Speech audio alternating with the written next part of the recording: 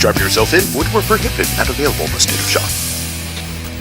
Hi, I'm Dan Schinder. Welcome to Drum Talk TV, and this is just another example of why I have the most fun job on the planet, because I get to sit with people like Peter Dallas here at Rimshot Studios in Las Vegas, Nevada. How are you, Pete? Really great. Good, good. Real excited about having you on. We've been talking about this for a long time. Yeah. Mutual friend Les Warner as well, and Pete plays in a band with Les, who, as you all know, Les, the old drummer from the Cult, is a drummer. How do they play in a band together? Well, they're not doing a Chester Phil thing. They're doing Pete on drums and Les on bass, and we'll talk a little bit about that. Cool. Also, Pete teaches. Pete records. I imagine with your recording, you probably do a little bit of production work as well, right? Yeah, actually, I have a drum room set up here where people email me tracks and I can send them back with a nice solid drum track. Isn't technology that's great? what I do, yeah. You don't have to worry about people being late or coming without the battery of their wah-wah pedal or their whiny girlfriend. Just send me a track. Yeah, there you go. Yeah. Cool. And one of the things that I want to talk to you about and have you explain to the audience is you do a lot of cover band work. And I think what a lot of drummers, I believe, take that for granted. I think most drummers go through a stage in their life and their drumming career where we grow up and we get together with friends and we learn other band songs, bands of that era, and we play that music. And then maybe eventually we start writing our own music in a band, try to get signed or do session work and all this. But if you back up to the era in our lives when we play cover bands, it's all, would you say it's fair to say that it's like learning and mastering other languages? Because if you're going to play a Bon Jovi song, you want it to sound like Bon Jovi. If you're playing a Van Halen song, if you're playing Tom Petty, if you want to really emulate that drummer, and I believe that that really gives us as drummers more tools in our toolbox instead of just playing everything our own way. How does that help growth, right? So elaborate on your experience. You know, you played on Fremont Street for a long time. Right. Now you go to Salt Lake, you go to Palm Desert in California, you play out here in Vegas. What could you enlighten the audience with as far as playing in those bands? Well, it's a question of vocabulary, and as you mentioned, learning different styles is really great for our toolbox of tricks and licks that we have that we can add to, say, an original song when we're doing original music with our friends and the people that we work with on original bands. Covers are fantastic. What I do is I learn a cover like the record. Right away I chart it out and I try to learn it exactly like the record. And then I begin playing it a little bit as I'm learning it. Within a day or two of learning it. Usually I have a couple of days to learn something before a gig.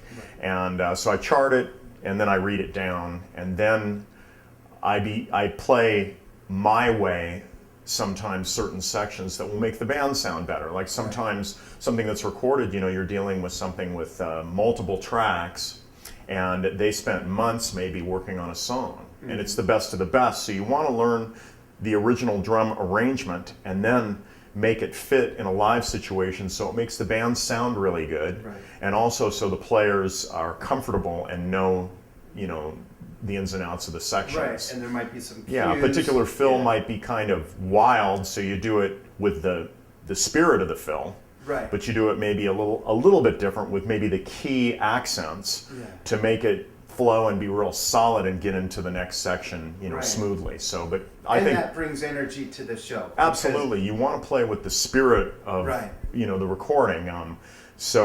But covers I think are fantastic. I started playing covers, and then I went through that period of playing original music in LA, in the '80s, late '80s, and early '90s, and during that time, I still would hear a favorite record. I wasn't doing cover work at that time. I was doing original bands in Los Angeles, but I would hear a song that I really liked, and then I would learn it. And back then, I would chart it out and learn the song.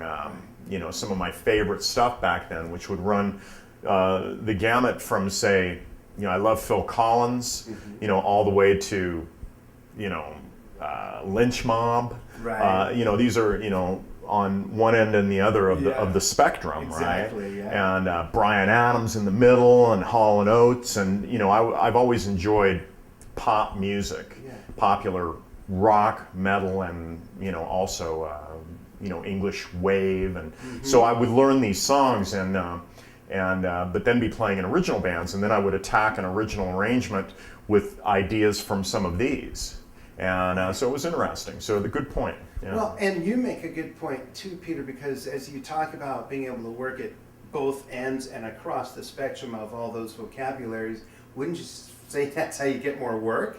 I would say so. Do more. Later in my career, that really helped because when I'm playing disco, I'm learning disco and some of the disco bands with the wigs and doing the slam and dance gigs and then rock and 80s wave is really cool. A lot of that 80s music that came from, I believe, England, and a lot of it from the United States, but it was very influenced by the English wave of the 80s.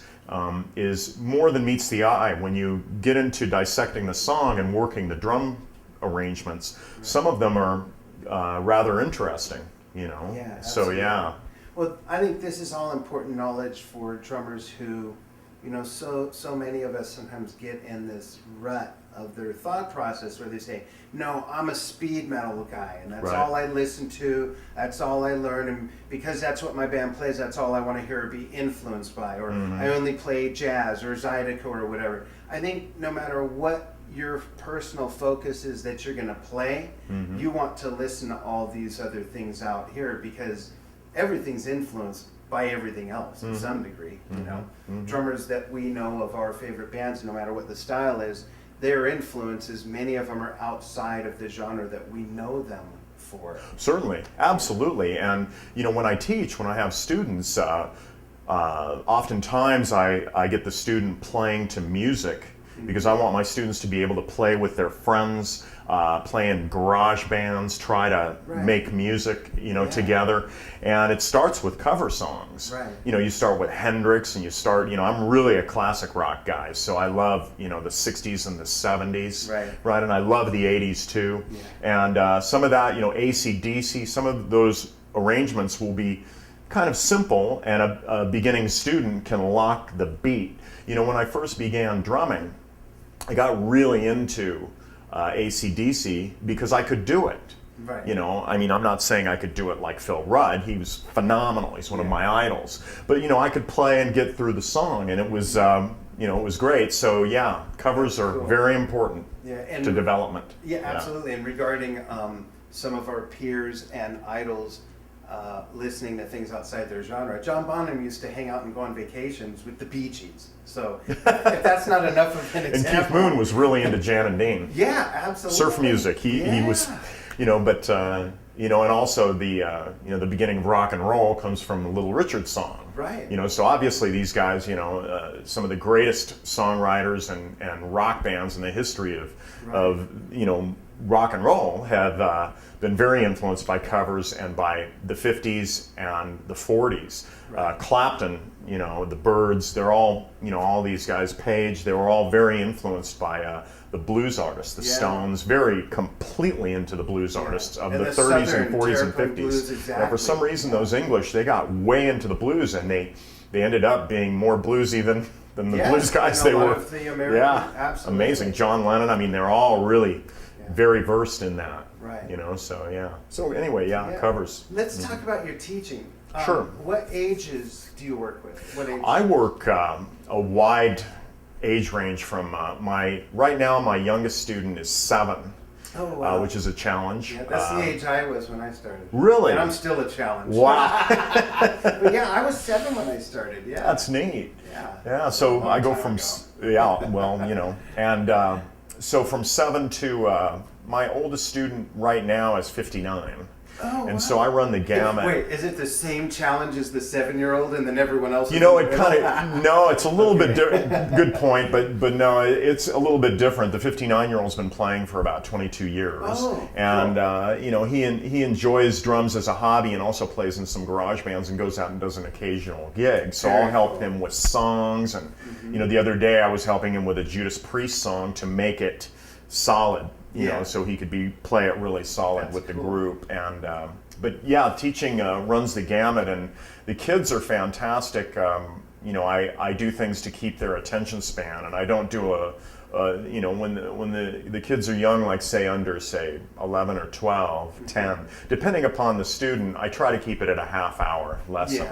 But yeah, the teaching is going great, and yeah, that's going really well. And what's the most identifiable common denominator that defines your approach to teaching drums and your style of teaching? And I know there's differences like this 7-year-old and the 59, but what is the thing that is Peter Dallas's teaching style of that you could advise other people who teach or are thinking of getting into teaching? Sure. Well, my common denominator is that I look at each student differently depending upon what they're giving me energy-wise and what they want to accomplish. Now, kids don't always have an idea of what they want to accomplish, but what you want to do is kind of figure out their likes and what will inspire them to play and to enjoy the lesson, right? And to enjoy the process, because you know, and then older students, it's you know, zeroing in on kind of what they need. And I think what works for me is really paying attention to a student. And as the lessons progress, like after usually about 3 or 4 lessons, you're getting really comfortable with a student. They know what to expect when you're walking in the door. They start to confide in you about things, you know, in life in general. And so I think that one thing that has worked for me and why I've been successful teaching is that I just simply relate to the student, and then I don't lose my patience. I was going to ask. Yeah, because it takes patience. And when students, when you're showing them a lick or something, or a groove for a tune, and then they go like south on it, sometimes they'll go into another and they'll make a mistake, but it's actually kind of cool. Yeah. And I never say like, you know, well, you know, here's how it goes. I go, well, look, you kind of went south on that, but look, there's a place for that too. And then I'll show that lick that they did. And sometimes in lessons, what I end up doing is veering off to the left or right. I mean, I start lessons, sometimes I start and we're reviewing what we had done last week. And in reviewing, something will come up and the student will say something, and I'll say, well, what about that song? And you know, that Gary Moore song is amazing. You ever heard of Gary Moore and Still Got the Blues? Well, that's amazing, and that relates to you know, Blueberry Hill, you know, because it's a, you know, the groove is a slow blues, and you know, it's got a shuffle on the hi-hat, and then you know, so oftentimes what I do is just feel it out as I go, kind of like we're doing with this interview. Yeah, absolutely. You know? Now that's a good approach. It sounds nice and relaxed and not extremely strictly academic. No, and I don't get mad. I've had students say to me that their past teacher would get angry with them when they wouldn't have the lesson down. Or they wouldn't, you know, what I try to do is figure out what they can do practice-wise during the week. Yeah, everyone works at a different pace. And the other thing that I do when I have, what I do with all of my students is I get them going, I write out a schedule on the lesson of time frames to practice the particular lick or beat or what we're after. And I don't go longer than 5 minutes, okay? And what I want is a student to, what I find has been successful, and I learned this at Musicians Institute. When I went to Musicians Institute in the mid-'80s. And I had Ralph Humphrey and Joe Porcaro. I had some fantastic teachers. And at the time, Jeff Berlin was there and all these people. And I would go to all the classes, even not just drumming classes, but bass and guitar classes, and sit in and listen, right? And so the thing that I learned back then is you can do little amounts per day of a particular lick or something that you're trying to accomplish. And then over a week or two's period of time, you'll have 20 things learned or 40 things that you're doing well, Right. rather than, a few. Yeah. So with my lessons, what I do is I have, say, some reading chops or some rudimentary chops between the hands and feet or whatever they are, and I'll make them simple and two measure phrases, and then have a time frame. Now like this particular groove, I want you to do it for 2 minutes a day, and then as the lesson progresses and the student, their attention span develops and they get longer attention span with these things, then I'll say, okay, we're going to lock into this pocket for 5 minutes, and right around then is when I start introducing cover songs, because that gives the student a reference point that's melodic, that's not boring. They're not just with a metronome doing a beat. It gives it all context now. Exactly. What the application and is. with these songs, with a lot of songs, you can keep one beat through the whole thing. Right. You don't have to do all the fills. Right. Okay, so with the student, I'll get them doing that, and then they get stamina.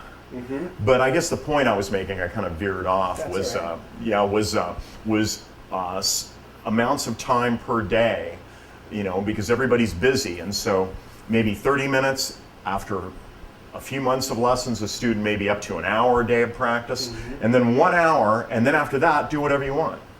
But just get that hour done or get that 30 minutes done. So anyway, to get the assignment done. Exactly. And then you teach in another way now, where you're doing two different types of clinics. You're doing the Peter Dallas drum clinics by yourself. That's right. And then you're doing drums and bass. That's true. Let's talk about that first, and then let's talk about just your drum clinics. Okay.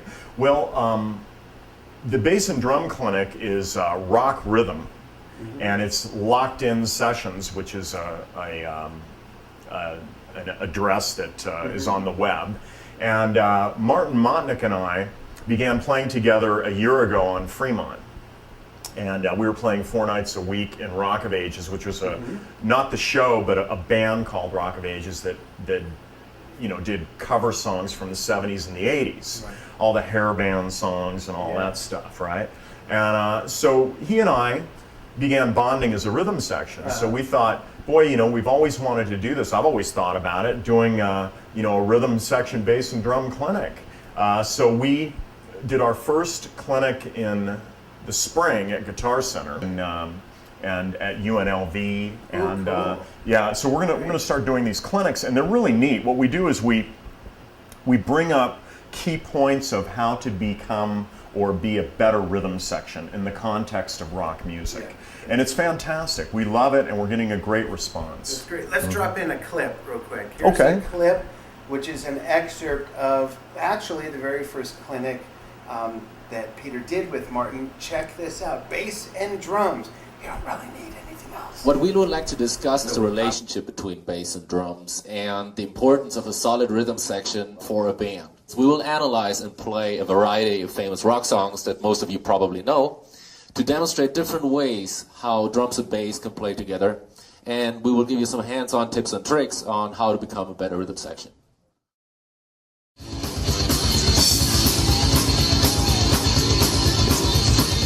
My objective is to keep this song simple and solid so that the band that I'm playing with remains tight. They know where the ins and outs of the sections are. When people are 30 feet away, they know what's going on, how to get in and out of the section.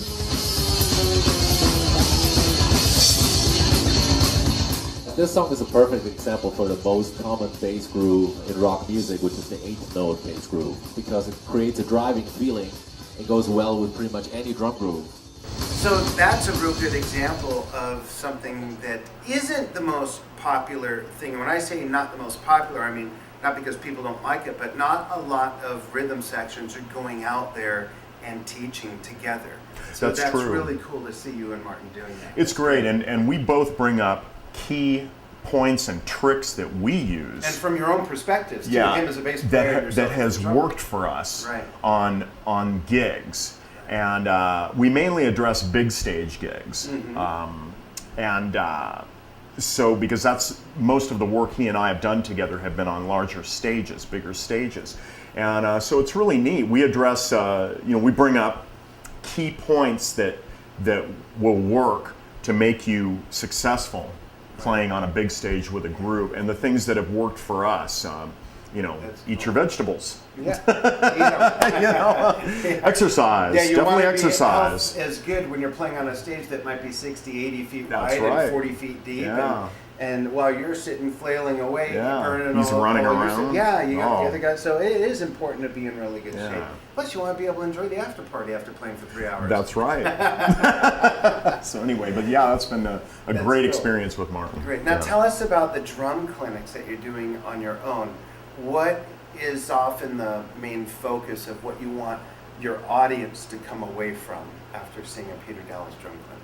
Well, just a really good feeling about drumming and some knowledge that they wouldn't have gotten somewhere else. I have a way of charting out songs that I've been doing forever. So do you chart out every song that you learn, basically, when you Yeah, play? every time I learn Really? a song, I chart it That's out. What I do is That's cool. I write out figures. See, here's something here that I got to do for a gig next weekend in Lake Tahoe. In and Out of Love, all right, by, and here's One Wild Night by Bon Jovi. I'm doing Let's see, a I'll hold Bon on to this Jovi one. tribute group, okay, and it's, so it's kind of interesting. And see, here I've got, I have a fill and then measures and then a fill. Here I've got basically a groove that I'm going to lay down on the pocket after the guitar coming in for one measure. Then I have a verse for 8 and then 6. Now when I listen to the song and I'm kind of familiar with the vocabulary of the music that we're doing. There's only so many. It's kind of like writing out in a language. Like if you write in the English language, you're going to have punctuations, things that happen. And then if you write in French or you write in Greek, it's going to be different. And if you write in Chinese, you're going backwards, right? Definitely different. And that's prog rock. Yeah. Okay. All right. So anyway, but anyway, these are they're like hieroglyphics, right? And you're charting out structure. It's like a dumb drummer chart, and what it is it's short and to the point, and there's point is that all music is like a vocabulary. Like if I'm playing rock, like swinging 50s rock, there's certain fills that work. 60s rock, 70s blues, R&B. They're different vocabularies. Yeah, they're different fills and vocabularies. So and even to the same style of music, but like you're saying, in those different time periods. A 60s rock fill is going to be completely different from a 70s rock. Exactly, and then the 80s, and there was more swing in the 60s and 70s, and the 80s got a little more metronomic with the way things were going. Exactly. So with that knowledge, I can write out a shorter chart. I don't have to chart out every measure because there's only so many, like in the English language, if you're writing out a paragraph, there's only so many punctuations, exclamation points, things like that. There's only so many things you're going to encounter, right? So with music, it's the same way. And when you've done it for years and you have a vocabulary, then there's only so many things that you're going to encounter, fill that will work for that particular section. All right. And so you don't need, what you're saying is you don't need 8 pages of every little detail of that piece of music. You're able to write something like that that gives you the roadmap, and it's in bigger chunks. Completely. So you've got and that way, and see what I'll do is like with this stuff, I'll read it down. Like right now, I could play In and Out of Love with a click track and read it down, right, without the song, because I can read that down. And then I'm gonna rehearse with them tomorrow, so I'm gonna read that down tonight because I just charted it last night at 3 in the morning.